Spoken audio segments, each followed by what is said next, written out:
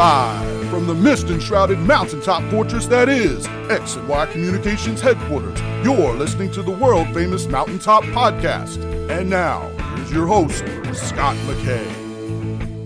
Greetings, gentlemen, all across the fruited plain. This is Scott McKay, and I want to welcome you again to yet another episode of the world-famous Mountaintop Podcast. You can find me either on Twitter or Clubhouse at Scott McKay on YouTube, Real Scott McKay on Instagram, and the website is mountaintoppodcast.com. And listen, guys, if you haven't joined the Facebook group yet, this thing's blowing up lately. We're having a lot of fun. This isn't like other Facebook groups where guys just come and complain about their situations. We celebrate women. We celebrate each other. We have a lot of fun. So it's worth signing up when you go to Facebook and search out Mountaintop Summit. Hope to see you there.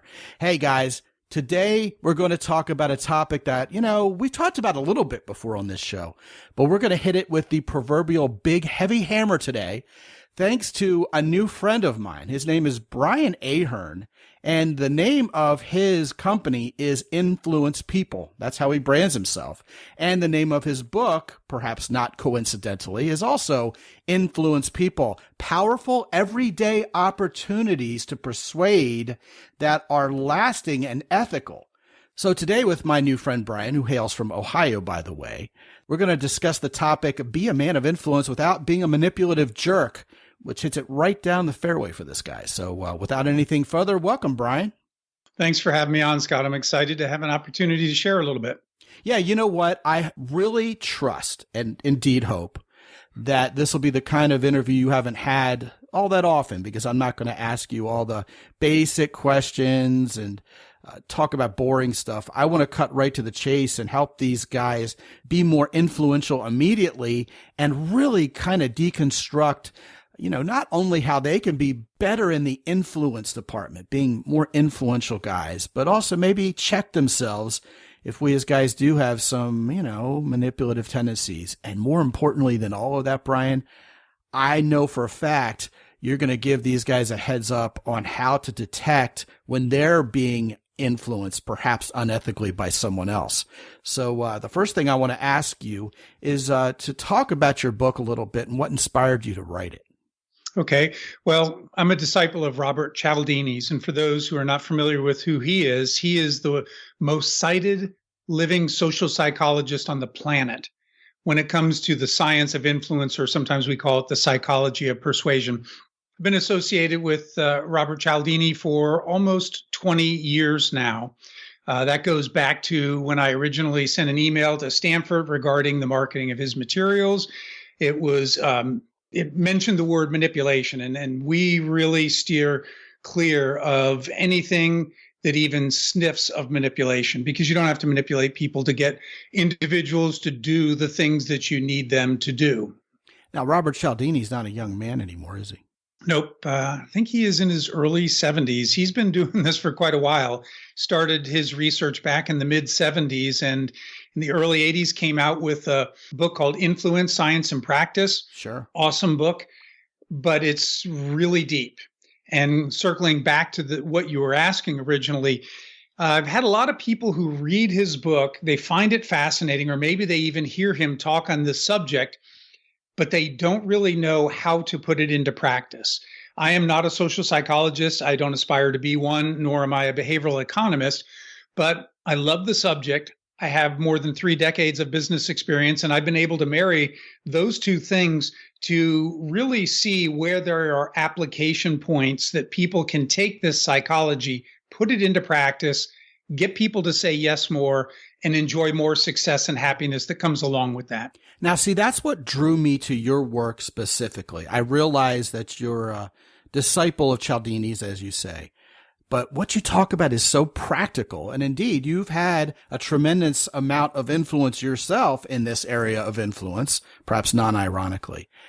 And I'll tell you what, just to kind of give this conversation a solid foundation early on, man, I got to throw it on the table for you.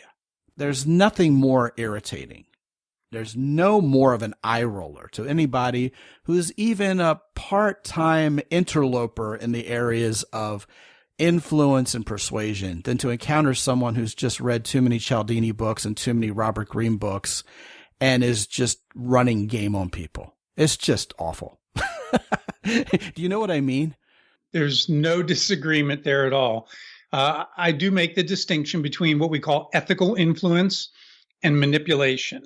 And manipulation has no place in whether it's personal relationships or business relationships. Going back to what I said earlier, the reason I came in contact with Cialdini was because I had seen his video from Stanford back in the early 2000s. He was very clear about non-manipulative ways to move people to action. And when I signed up for Stanford's marketing sometime later, one of their flyers came across my desk, had Cialdini's picture, and in bold letters it said at the top, bestseller, call it influence, persuasion, or even manipulation. And I thought, I cannot believe they use that word because he is so clear about doing this ethically. So I emailed Stanford, and Scott, my email basically said this: I don't know anybody who is looking to become a good manipulator, and I don't know anybody who wants to be manipulated. The word cannot be helping your sales, but it really could be hurting.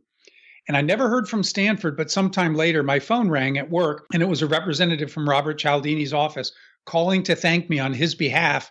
And she said, Stanford's changing the marketing of all of our materials because of your email. That's the beginning of the relationship. And I always like to share that story because it shows how important it is to me personally that we do this upright and ethically. I had nothing on the line. I didn't have to email Stanford, but there was a part of me, I like to think, that's moral and says, we need to do this the right way.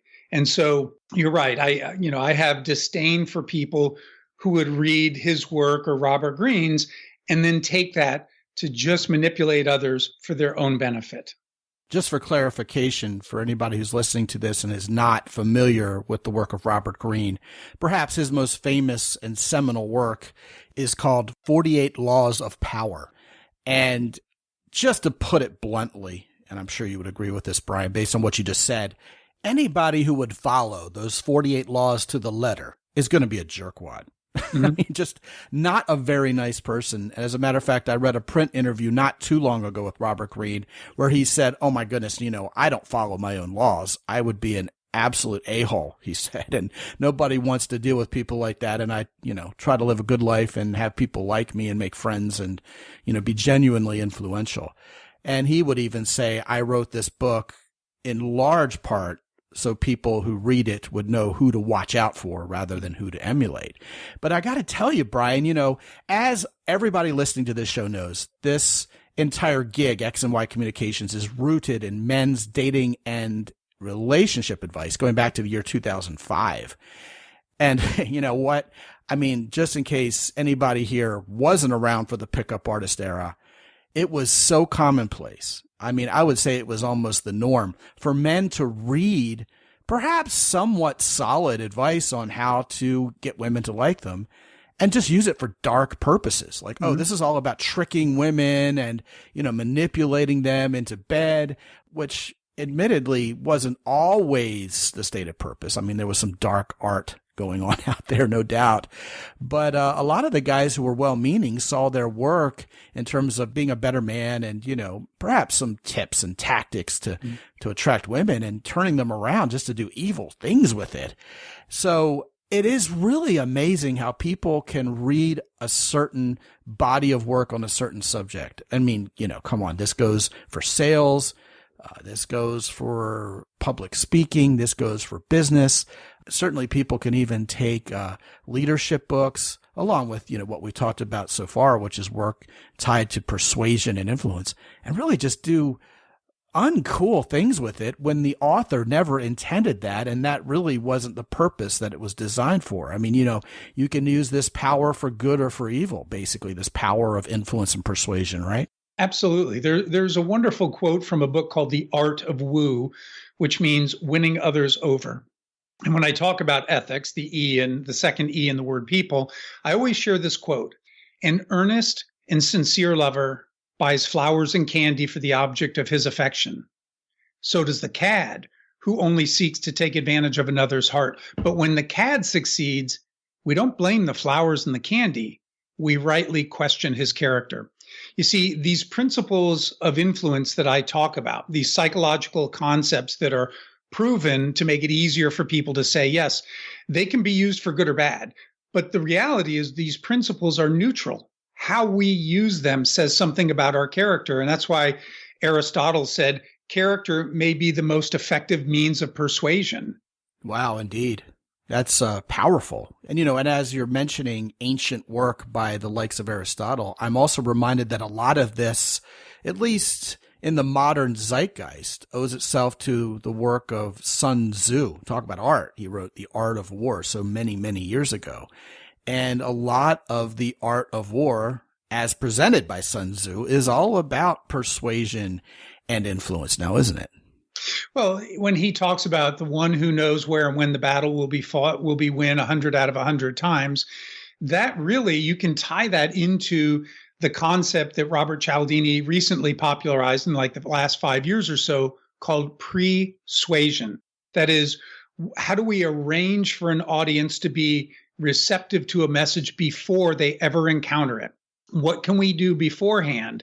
And really, so what Sun Tzu is talking about there in that preparation, we often talk about as ethical influencers. It's not always what you do in the moment. Quite often, it's what you do before the moment that sets that up, that makes it easier. And I think you'll appreciate this since your show has so much to do with relationships. When I met my wife, I met her the first day of work. And I walked in the HR training room at Travelers Insurance. I'm like, wow, she is good looking. She honestly said later on, she goes, when I first saw you, I thought, what an egghead. Okay, so I stumbled badly out of the gate. But within a few weeks, I was no longer going out with my longtime girlfriend. Jane and I started dating, fell in love. It was awesome until later that fall when the old girlfriend called. And it really threw me for a loop. And so I had this period of indecision between these two women for 6 months. Now, I was darn lucky that neither of them totally wrote me off while I was trying to sort out my own things and figure out who I wanted to be with.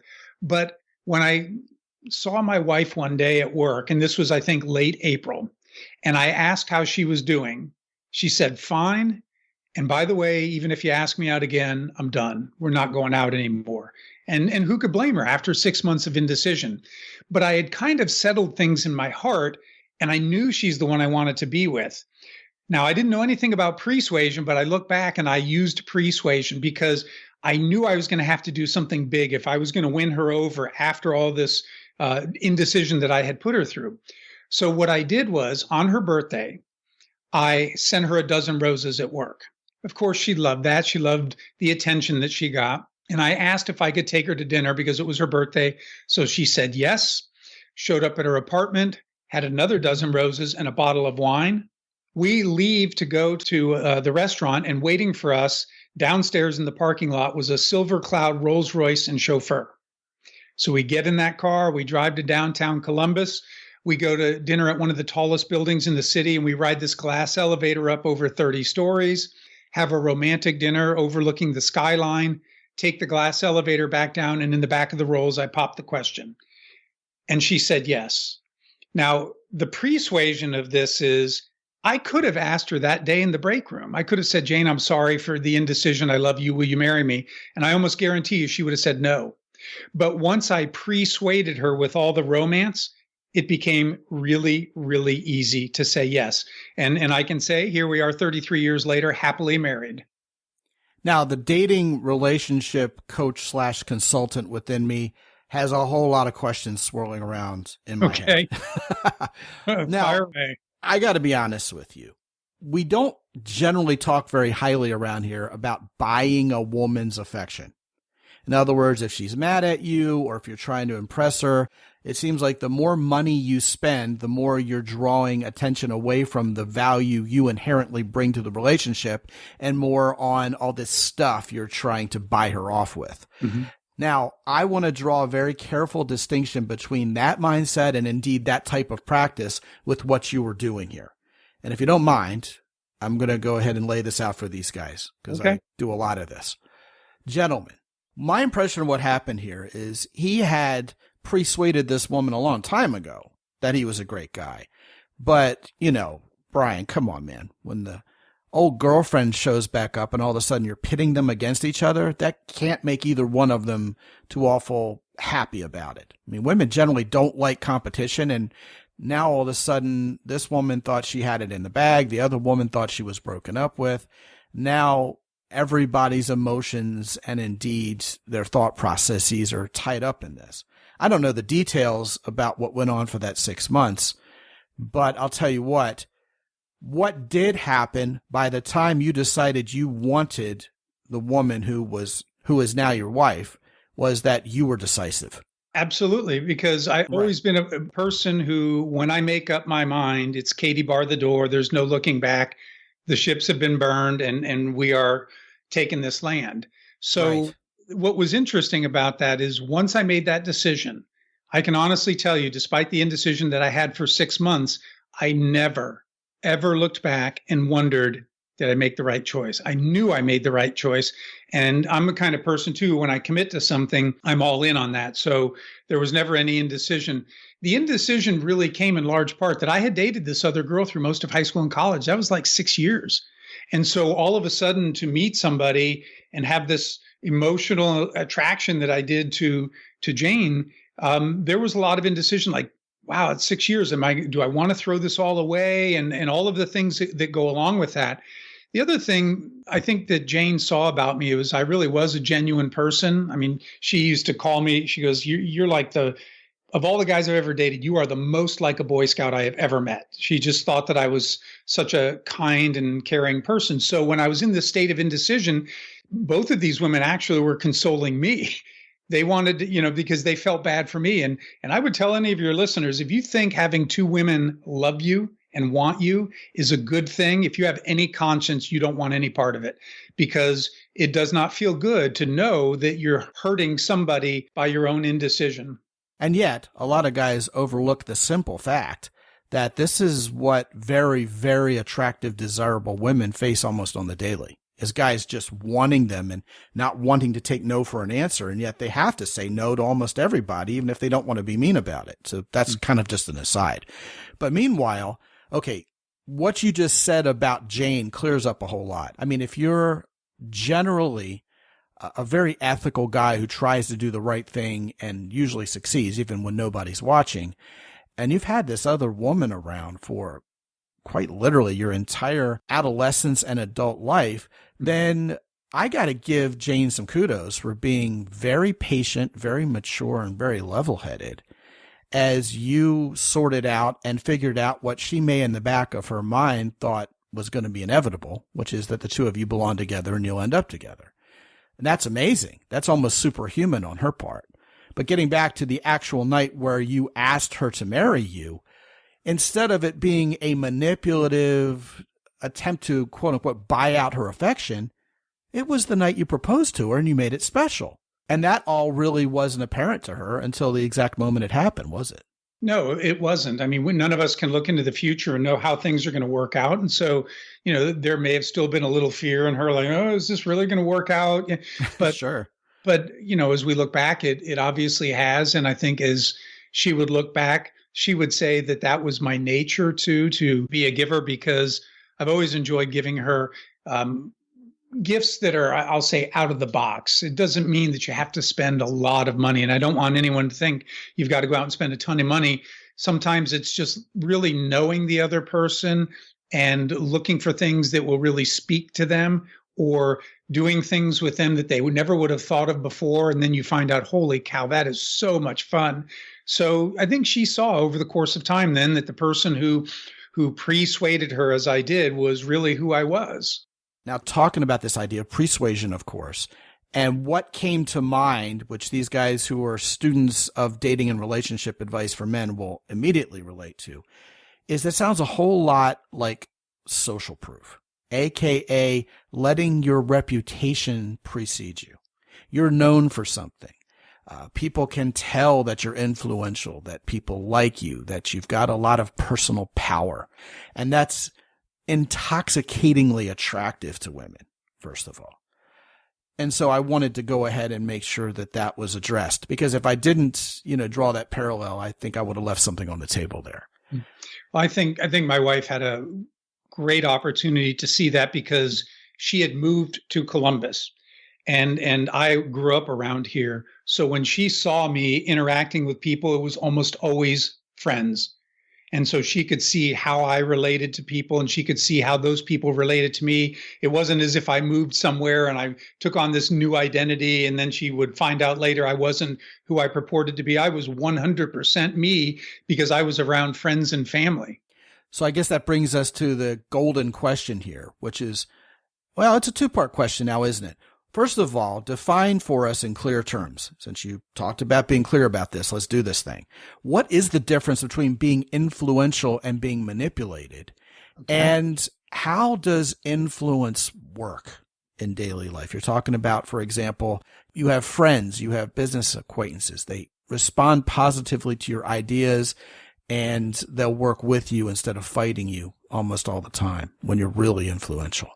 But I want you to tell us, first of all, what is the basic difference here between being influential, which is a good thing, and being manipulative, which is a not so good thing?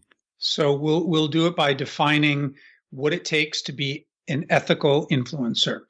The first thing that I talk about is it cannot be, whatever you're asking of somebody cannot just be good for you, right? I make a sale, I get a commission, I don't care about you. That's not ethical. And I like to put it this way. Good for you, good for me, then we're good to go. Okay? So it's got to have an element of benefit for you, and it's okay that it may benefit me too, but it's got to be that we mutually walk away and feel better by the transaction. Stephen Covey's win-win principle. Yes. I know some people want to shy away from that because, in sales, and I usually work with salespeople, a buyer would always like to pay a little bit less and a seller would always like to sell for a little bit more. But most of the time they meet somewhere where they both say, you know what, this is a fair price. I feel good about the profit I'll get. You feel good about the value you'll get. We walk away and we feel better off. Good for you. Good for me. We're good to go. The next thing that we talk about is what we have to do is be truthful. And when I say truthful, I'm not just talking about telling the truth. We don't hide the truth either. So Scott, if I were going to sell my home to you and there's a crack in the basement on the floor and I have a rug over it because I have a workout area in my house, if I don't tell you about that crack and you buy the house and you move that rug and you see this crack, if you come back to me and say, hey, Brian, why didn't you tell me about the crack? If I tell you, well, Scott, you didn't ask, I am not going to be perceived as truthful and an ethical person in your eyes. You know I won't. Your listeners know I won't. So we don't just tell the truth. We don't hide the truth.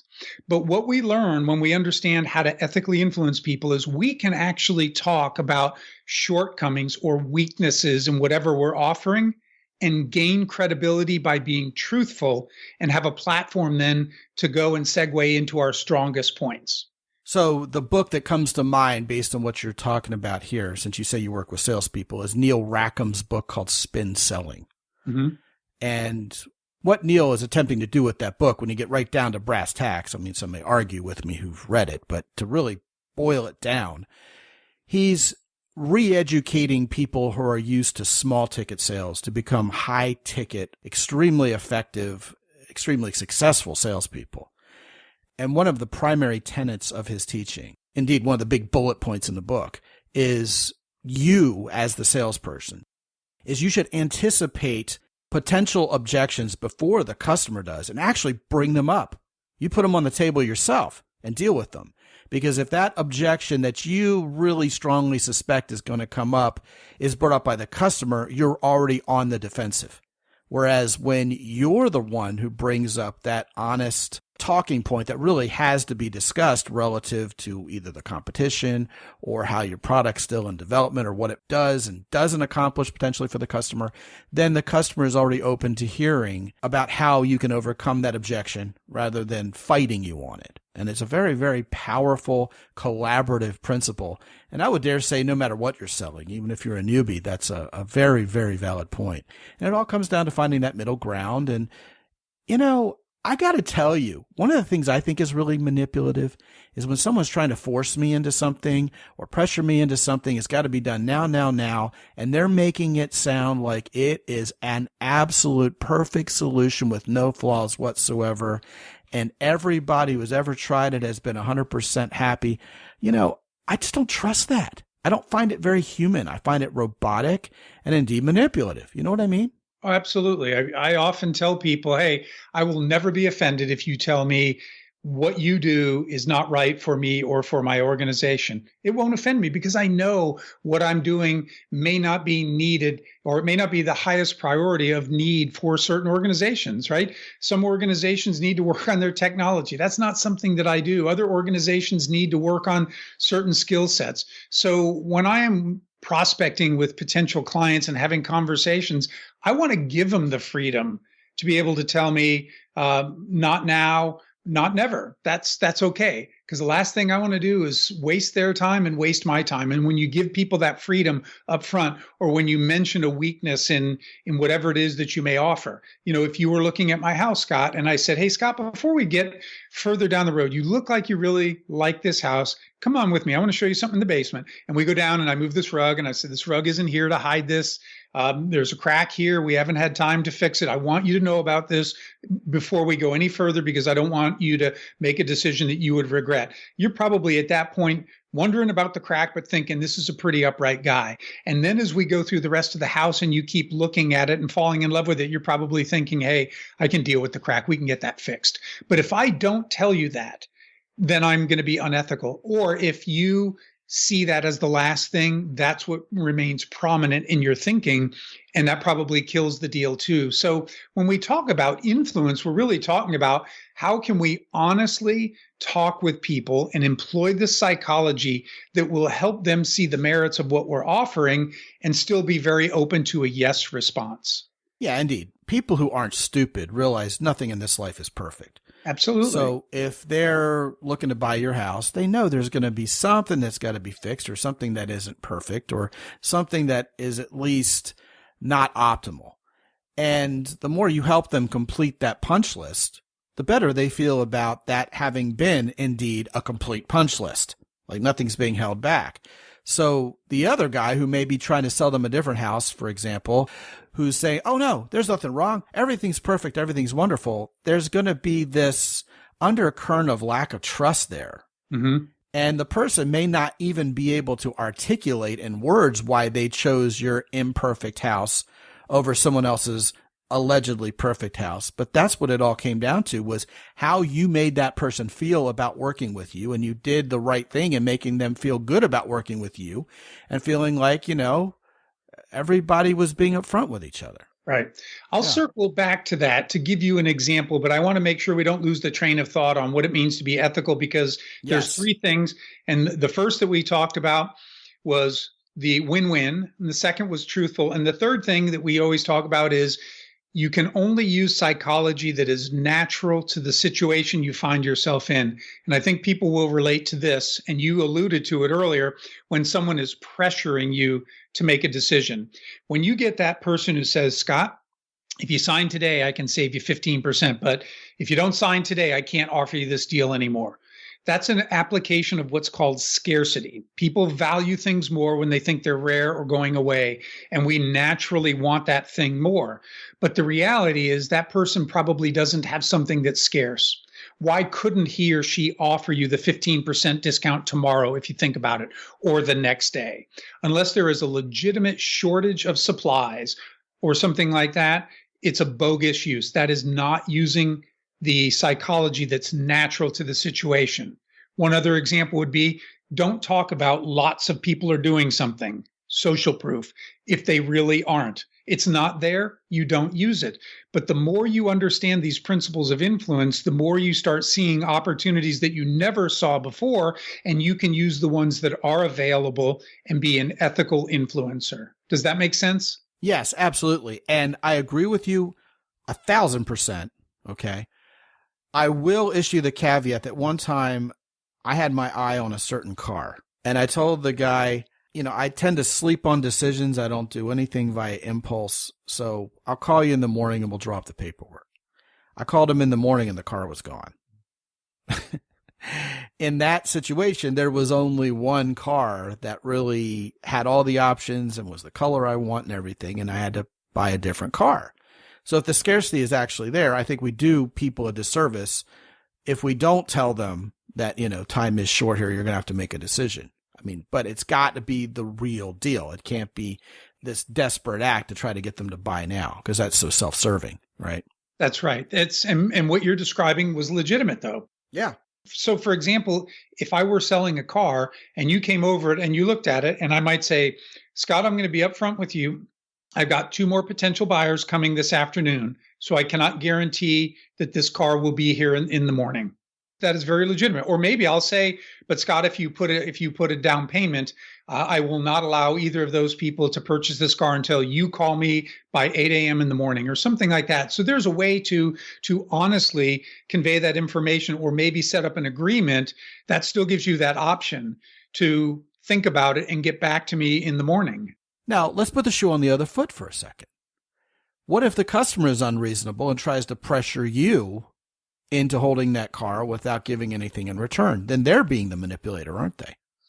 Depending on how they're going about doing that. I mean, they may ask straight up, can I, would you be willing to guarantee me that you won't sell this car if I call you by 8 a.m. in the morning? Now, somebody might be willing to do that, but that's not manipulative. But they could refer to some things that would be manipulative. You don't always know the truthfulness of what somebody is telling you. And tying this to dating and relationships for these guys out there, a lot of times we're kind of told as men that, men are the manipulators, men are the ones who are the bad guys trying to trick women, and women, kind of have this halo effect going. They can do no wrong. But the truth of the matter is women can manipulate us too. Just like in a sales situation, it isn't necessarily that all sales guys are jerks and all sales guys are going to be your adversary at all times and the customer is always right. Sometimes the customer can be very wrong. The customer can be the kind of person we'll end up not wanting to sell to because they're being unethical or manipulative about it. Absolutely. So I think that's very, very important. I think a lot of times people get manipulated. And they feel like whoever just manipulated them got the best of them because they were thinking a couple chess moves ahead, or they've indeed read this book or studied this psychological principle that was, just a couple steps ahead of us. And so people know they've been manipulated, but they really can't describe exactly what happened here. What does manipulation look like in everyday terms? When X, Y, or Z happens to us, we've been manipulated. Fill in those blanks. Well, sometimes you just know in your gut. You can't put your finger on it, but you don't feel right about the situation. And I would tell people, and I know Cialdini would tell people, in fact, at the end of every one of his chapters in his book, he gives you ways to defend yourself against these principles if you think that they might be used manipulatively against you. And one of the things that he talks about is when you have that feeling inside that you can't necessarily describe because your senses are taking in things that in the moment you might not be able to put into words, but you just know you don't feel right about moving ahead, you should trust your gut in that moment and say, wait a minute, I want to put the brakes on this. I don't feel right about it. Now, I got to be fair with you here. You are following a guest, Dr. Gleb Sapersky, who came on this very show just last time, for you guys who may be listening to this later on than when it first came out, who said the exact opposite. He said, don't trust your gut. Your gut's a liar. So how do you reconcile that? I think what Gleb is talking about most of the time is making these large business decisions on these go-aheads because it feels right. But as a survival instinct, we as humans over the course of history have had an internal sense of when things were wrong. That's why we become alert, and it could just be a noise in the woods, but all of a sudden you're on alert. It's a survival instinct. And I think that when you're in a situation where something is telling you stop, which is very different, I think, than when Gleb is talking about go. We don't care what all of this says. We just know this is the right thing to do. I think you are better off listening to your gut and not moving forward with something until you can really think it through and sort it out. And that part, I know he would be all in favor of taking more time to make a decision. Yeah, okay, so the intersection between what you guys are talking about here is basically that Harvey McKay quote that I cited on last week's show, which is, when you make decisions with your heart, you get heart disease. Both of you guys are in agreement on that. So what happens here is if someone's just making you feel bad about this decision that you have to make or this partnership you're going to enter into, chances are the person who's doing the manipulating knows you're not comfortable with that. And instead of trying to make you feel more comfortable legitimately, they're just trying to plow through you and get what they want. Absolutely. And I think an honest, upright salesperson would say, Scott, I'm getting a sense just in terms of our conversation and what I'm seeing that you're not 100% on board with this. Is that the case? And then you've got this freedom. Well, yeah, here's what I'm feeling. Can I have an opportunity to address those? Because I believe in our products and I think our customers are happy. I would hate for you to walk away and not make a decision that could be in your best interest. Can we talk about it? And I think that's very legitimate. And if you come back and say, I need time to sort my thoughts out, Brian, then I would ask for a commitment. Scott, would you commit to me then? At least we talk sometime tomorrow afternoon. Is that fair? And now you're thinking like, oh, finally a salesperson who gives me some breathing room. Yeah, I will think about it. We'll have a conversation tomorrow at 2:30. Now, how would you modify what you just said to fit the circumstance of a guy looking to spend some time with a woman? Maybe he's just met her, maybe he knows her socially, but he would like to go out with her and she's saying, well, I don't give my number to strangers, or I just don't know, or let me think about it, or maybe we should just be friends first. I don't think there's anything wrong with being friends first. I would ask, well, what do you do with your friends? I mean, I love it, actually. And would you be open to me hanging out with a group of your friends so that you can see the character that I have? If somebody said, I don't give my number out, then I might say, could I give you my number? I would really enjoy spending some time with you. Here, I'll give you my number and we'll see what happens from there. There are still other avenues. And if this is something, you alluded to this in the sales world, that when objections come up, if you've been selling something for any length of time, you generally know what the objections are going to be. So you think about how you're going to respond to those. If I were dating and really enjoyed dating and wasn't looking necessarily to settle down, I'd be thinking about what are the typical pushbacks that I hear and how am I going to deal with those? Not that every person is going to ultimately go, okay, but I'll probably have a lot more saying okay, because I've thought through how I want to respond. And even that question, that was just off the cuff, well, tell me, what do you do when you hang out with your friends, is something that someone could employ. Absolutely. And I think a great sign of maturity in this is not taking everything personally, so darn personally. I mean, there's nothing worse than a sales guy who feels offended if you don't want to buy his product. I mean, that feels a little manipulative and cheesy in and of itself, even though it might be genuine because of this person's issues. You know what I mean? Just, man, what a tangled web, as I say so often. What I've found with that too is if somebody says no, I just ask them, could I stay in touch with you? Because inevitably things change. And if you get at a point where you think that what I do is the right thing for your organization, I want to be top of mind. And if someone says, yeah, that would be fine, and I'd ask them, what's a good cadence? Every couple months, once a quarter, a couple times a year. And once they come back and say, touch base every quarter. What I find, Scott, is even if they don't reply, if I leave a voicemail or I shoot an email or something like that, what I'm starting to find is those occasional touches over the course of time. Now I've got clients who are coming back to me and having individuals say, I spoke to Rick and Rick said I needed to call you. It's because I stayed in touch with Rick. So I would encourage anybody, don't get offended. Just ask, could I stay in touch with you? What's the right cadence? And then you got to make sure that you do that. And you will be pleasantly surprised at how often people start reaching back to you because now the time or the need is right. There's no doubt that wisdom and solid decision-making, as we've talked about in the past on this show, cause people to think very highly of you. But what you've really driven home today extremely powerfully, Brian, is that true influence is all about making life better for someone else. It's all about how can I help someone else's life be better, whereas manipulation is self-serving. It seems to me like that's kind of the golden answer to this big question, this $64,000 question, if you will, of what the difference between influence and manipulation really is. So thank you so much for that. I'd like to point these guys to your book. Gentlemen, you can get a copy of Influence People, Powerful Everyday Opportunities to Persuade that are Lasting and Ethical, by going to a special link that I've set up for you, which is www.mountaintoppodcast.com/influence, INFLUENCE. When you get there, you'll be able to get a copy of Brian's book. It's very highly recommended. Lots of people are reading it, and that is truth. So there's nothing manipulative about that statement. It is absolutely true, but hopefully it will influence you to want to get in on that party also.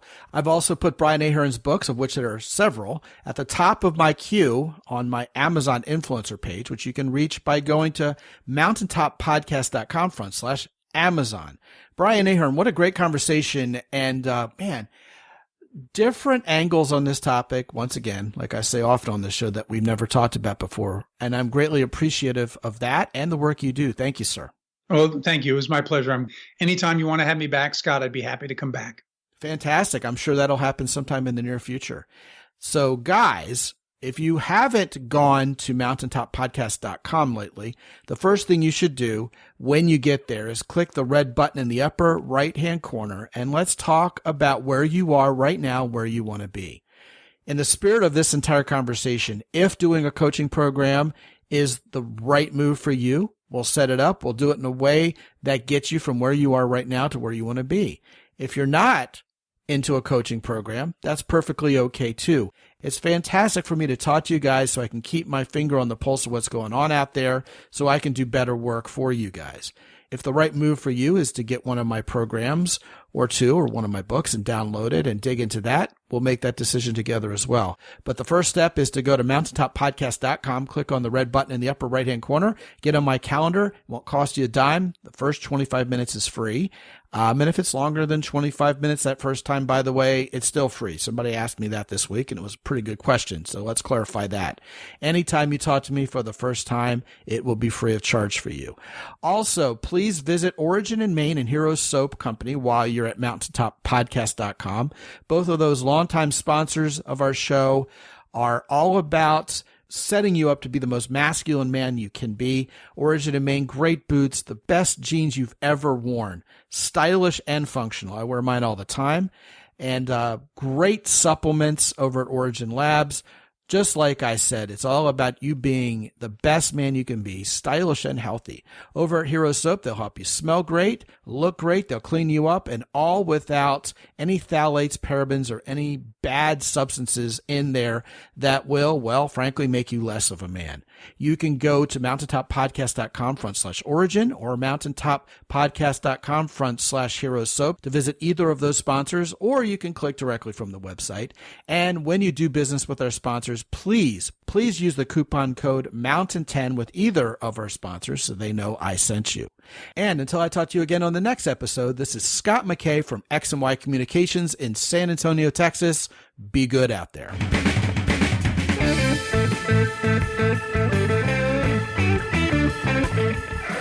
The Mountaintop Podcast is produced by X&Y Communications. All rights reserved worldwide. Be sure to visit www.mountaintoppodcast.com for show notes. And while you're there, sign up for the free X&Y Communications newsletter for men. This is Ed Roy Odom speaking for the Mountaintop Podcast.